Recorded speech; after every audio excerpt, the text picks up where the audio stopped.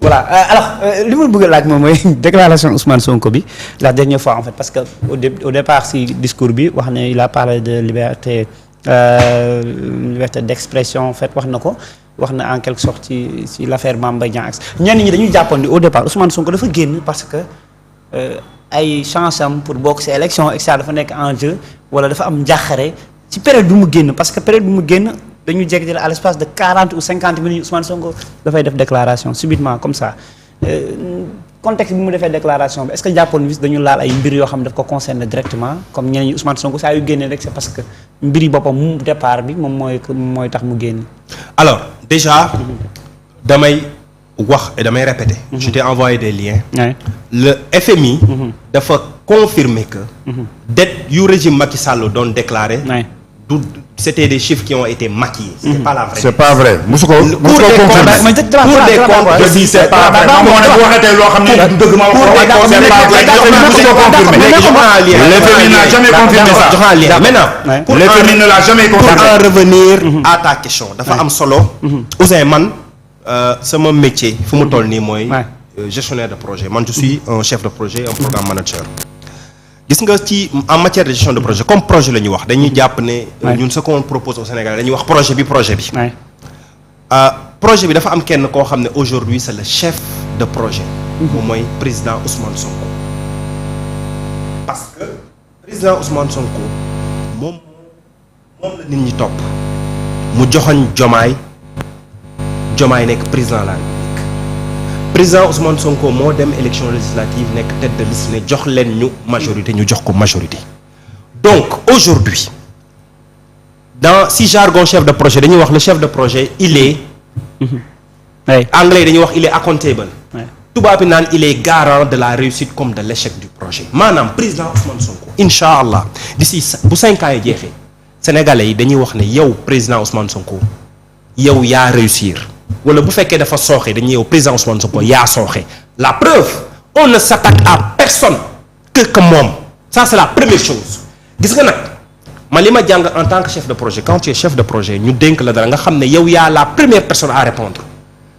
da nga war a exiger nga am tous les moyens en tout cas nga am les conditions pour pouvoir exercer yow lu ñu la sant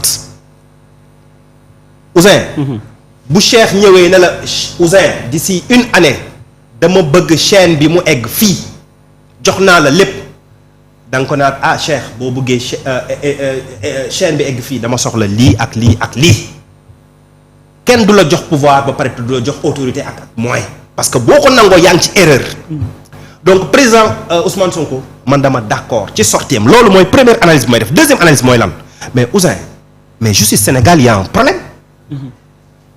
Ouzin dama dégg juriste les juristes dama dégg ñu ne la loi la justice est dite la loi xawma la justice est dite au nom du peuple maanaam justice ak loi dañ koy wax pour peuple bi mais Ouzin le président Ousmane Sonko moom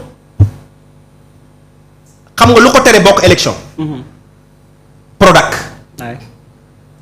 Ouzin est-ce que xam nga Prodac dañoo sàcc plus de 30 milliards u sénégalais à leur tête Mame Mbaye Niang qui a fui le Sénégal Ouzin est-ce que xam nga am na benn livre bu Birahim Seck bind sur Prodac Ouzin est-ce que xam nga ne amul kenn ku taxaw ñeme ne Prodac sàcc ñu plus de 30 milliards yoo xam ne c'était pour ay domaines agricoles ñu sàcc ko luubal ko joxe ay contrats yoo xam ne amul sax appel d'offre technique Ouzin loolu sénégalais ñépp a ko xam Prodac dañoo sàcc plus de 30 milliards moom du ko weddi. moi je suis sénégalais xaw ma ko. c'est pas il y a des rapports. va lire le livre. gis nga bu sa xool livre Birahim Seck. moi je dis c'est faux parce que yëguma ko gisuma ko. Ouzin ñooñu ñu sàcc alalu réew mi mu leer ñépp ku dul naa fekk xam nga ko. la preuve ils ont fui génn nañ Sénégal yow am benn homme politique boo xam ne sénégalais jox nañ ko nopp. yow nga éliminer ko ci ay élection présidentielle parce qu'il a osé dire qu'il y avait un rapport Ouzin mi ngi mel ni kenn sàcc ñépp xam nañ dafa sàcc ñu ne non yow waroo wax dafa sàcc parce que gisoo ko mu sàcc te ñépp xam nañu dafa sàcc mais Ouzin justice boobu moo ñëw confirmer daan te Ouzin daan boobu ñu daan président Ousmane Sonko c'était pourquoi c'était pour l'éliminer des élections Ouzin dañ ko njëkk daan jox ko 3 mois ñu xam ne 3 mois day tax day bokk ci élection. 2 mois ñu xam ne loolu taxul mu bañ a bokk élection. Ouzin ñu yokk ko def ko 6 mois 200 millions. mais c'est cette justice là mais il y a un problème le président Ousmane Sonko il a raison et le système il est encore là il faut le combattre gis nga Ouzin dama ne juste juge yi ak magistrats yi c'est des Sénégalais c'est pas des Sénégalais à part entière on a fait les mêmes écoles on a fait les mêmes universités ñoom ils ont choisi le droit ñeneen choisir leneen ñooñu moomuñu Sénégal et quand ils disent le droit ils doivent le dire pour les Sénégalais et au nom des Sénégalais et aujourd'hui mais Ousmane Sonko mais les Sénégalais ont jugé moom son candidat a été pris comme moom lañ tànn président de la République mu dem élection législative ñu jox ko majorité et toi tu oses confirmer cette condamnation là mais pour moi cette justice là elle ne roule pas avec le peuple il y a une contradiction parce que droit moo tax man ma conviction est que il faudrait prendre les mesures nécessaires pour que juges yi ak magistrats yi nekk ci réew mi li ñuy def mu dëppook lu Sénégalais yi bëgg parce que ñoom moomuñu Sénégalais yi avec tout le respect qu'on leur doit c'est pas des Sénégalais à part entière des dettes d'ailleurs on leur paye xoolal suñu ay impôts lañ leen di fayee ils ont non il faut que ça soit clair juge yi ak magistrats yi moomuñu Sénégal il faut que ça soit clair dama ne ñoom lépp lu ñu war a def yoon bu yoon génnee dafa war a dëppook lu Sénégalais yi bëgg et pour moi confirmer une condamnation du président Ousmane Sonko c'est s'inscrire en porte-à-faux avec ce que les Sénégalais veulent parce que les Sénégalais ils ont déjà arbitré les Sénégalais ils ont mais quand même koo xam ne yow dafa joxoon nit ñu def ko président mu dem législative nga ne kooku ngay confirmer benn peine boo xam ne ñépp xam nañ ne c'était uniquement pour l'écarter des élections ça c'est dama ne loolu c'est une anomalie qu'il faut corriger et je pense que le président de la République et son premier ministre vont prendre toutes les décisions nécessaires pour que ça soit corrigé. Mais est-ce que il doit le dire en fait. Il doit le dire. Mais attends, l'attitude sénégalaise est l'un de nos gros problèmes en fait. dama ne. mais en fait Sénégal. yoon mooy suñu problème bi. mais mooy suñu problème doit le dire. mais le système il est là. mais yoon su fekkee le si. dama ne il a les moyens en fait de modifier. dama ne c'est un danger nous courons un danger. dama ne Sénégal ñu ngi courir benn danger bu graaw. il faudrait que la justice là mu dëppook lu Sénégalais yi bëgg. mais attends ou bien il y a dafa am deux citoyens sénégalais il y a les juges les magistrats et les autres non c'est des fonctions qu'ils occupent ils sont payés avec l'argent du contribuable sénégalais ñoom seen yoon bu ñu war a wax dafa war a dëppook lu sénégalais yi bëgg et je suis désolé pour man lii ñu def nii ça s'inscrit en porte-à-faux ak lu sénégalais yi bëgg. D'accord. Donc pour man la justice. et je gis nga loolu mooy chantier gis nga sinon si on réussit pas ça on aura tout perdu. D'accord. Il faudrait prendre les décisions qui s'imposent. Pour que juges yi ak magistrats yi ñuy àtte lu dëppook yoon ak lu dëppook lu sénégalais yi bëgg. D'accord. Voilà man loolu mooy sama truc. et président Ousmane Sonko il a eu raison de sortir. Parce que encore une fois c'est le chef du projet dama ne il faut que ça soit clair gis nga Ouzin dans 5 ans kenn du ma gis ci mbedd mi naan Dabakh yaa waxoon lii donte je fais partie de Pastef les alliés les partis politiques ñëpp kenn du ñu ci gis kenn président Ousmane Sonko lañ joxoñ la preuve ils l'ont commencé moo tax ma ne man. Même s'il faut prendre c'est-à-dire le président Ousmane Sonko il faut qu'il sache que et c'est l'ingratitude même du pouvoir il faut mu xam ne d'ici 5 ans si kàttanu yàlla lépp lu mën a am moom la ñu joxoñ donc moo continuer foofu même s'il faut prendre des intelligences artificielles pour diriger ce pays là pour mu jublu na ko def qu'il sache que parce que demain gis nga ñi fi nekk ñu bëri ils seront pas là pour le défendre. Il faut que ça soit clair. mais balaa may jox Jaraaf li ma la bëgg a laaj également moom mooy est-ce que Ousmane Sonko par exemple su fekkee dafay wax comme ni ma waxee ouvertement comme ça mais est-ce que Ousmane Sonko rek moom moo subir injustice ci Sénégal Sénégalais lambda bi dafay am ay problèmes parfois des mandats de dépôt bi 5 ans 6 ans est-ce que Ousmane Sonko rek moo am problème ak justice Sénégal. non kenn waxu ko. mais dama ne moom c'est pas n'importe qui. Ousmane Sonko c'est l'homme populaire Ousmane Sonko moo joxoñ nit ne voté leen ko président c'est-à-dire président Ousmane Sonko lan moo ko jox doole mais c'est pas parce que moom nit kase la c'est parce que des millions de Sénégalais dañ koy déglu. loolu mooy joxe nit force.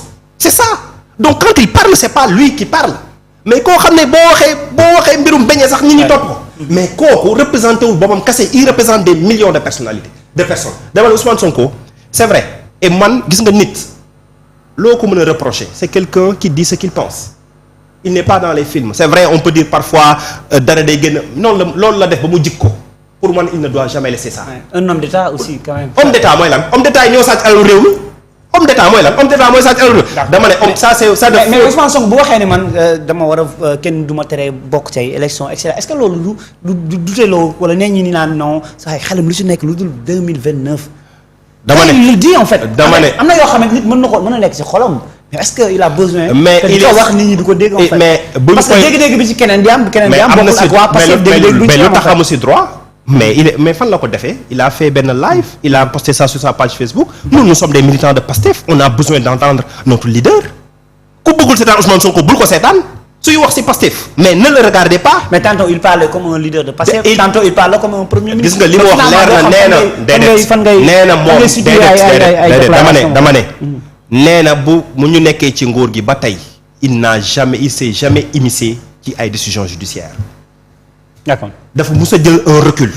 Aujourd'hui il est encore victime d'un système qui est encore là et c'est dangereux. D'accord. C'est dangereux c'est-à-dire li may wax ni c'est important.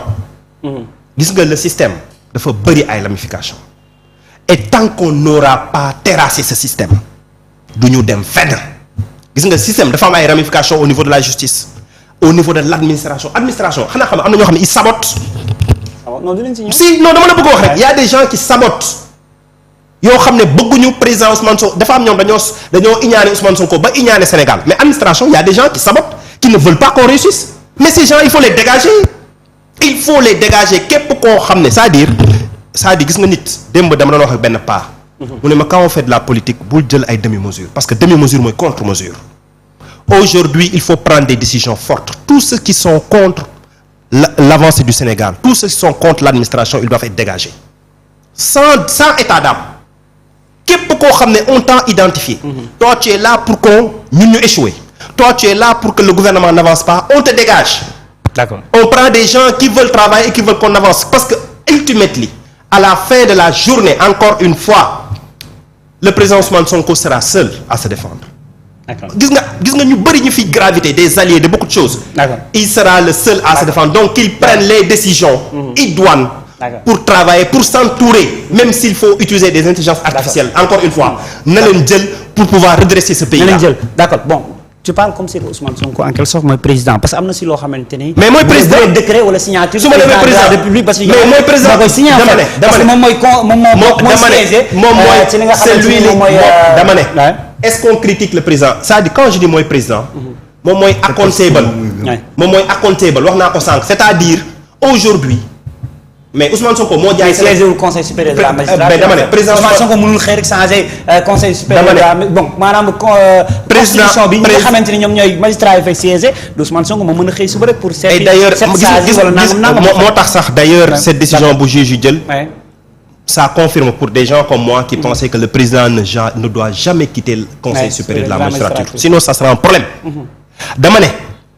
président Ousmane Sonko moom mooy garant de la réussite comme de l'échec du projet. D'accord ma ñëw si bu 5 ans yi jeexee. D'accord le président Bassirou Diomaye Faye c'est le président de tous les Sénégalais. D'accord moom mooy président de la République mais les gens vont s'adresser à celui. D'accord qui a vendu à celui qui a présenté aux Sénégalais le président Bassirou Diomaye Faye. donc moom moo nekk garant bi qu'il prenne les décisions qu'il faut. D'accord alors Jaraaf déclaration président Ousmane Sonko bi boo xoolee d'abord à peu près ci côté justice la gën